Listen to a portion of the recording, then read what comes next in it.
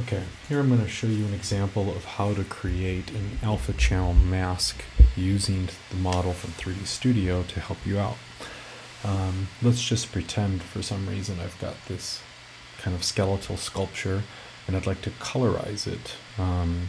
And for whatever reason, say it takes too long in 3D Studio to re-render the whole thing.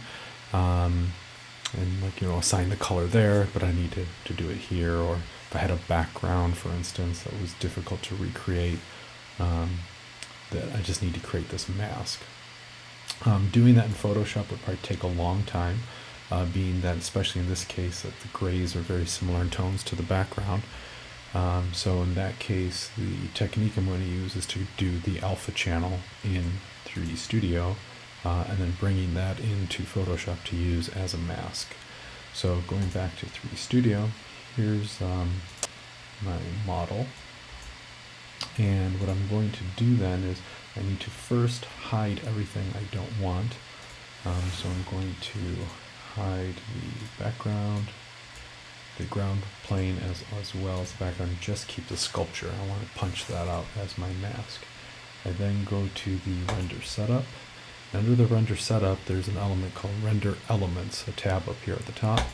Click on that, and here I can add. There's a whole host of things you can add, which are pretty awesome, but I'm going to just do the alpha for now. Another one I've used in the past is Z depth, and that gives you a gradient shade, which works good for making bump maps based off of depth information. Excuse me. So we're going to add the alpha. I just hit OK, and that's just something that gets added in the queue every time you render. So now that I have this scene, I just have my sculpture. It renders a sculpture, but then immediately pops out an alpha channel. Now, if the rendering does take a really long time, you could, rather than doing the alpha channel, I could also just create another rendering and assign a self-illuminated material to the object. Now, as far as I know, this only works with or works faster maybe, it might work with Mental Ray or V-Ray, but I'm using the default scanline renderer. So when I'm in the setup here, under render setup, at the bottom of common, the assign render is on default scanline render. So anyways, I get this mask. Now this can be used in a situation where you have to mask out some things, like you've got a bunch of desks or something, you want to mask out some background that you had to fix or change or something in Photoshop, and you could do that, mask out the legs or something like that. So here I'm going to save this image.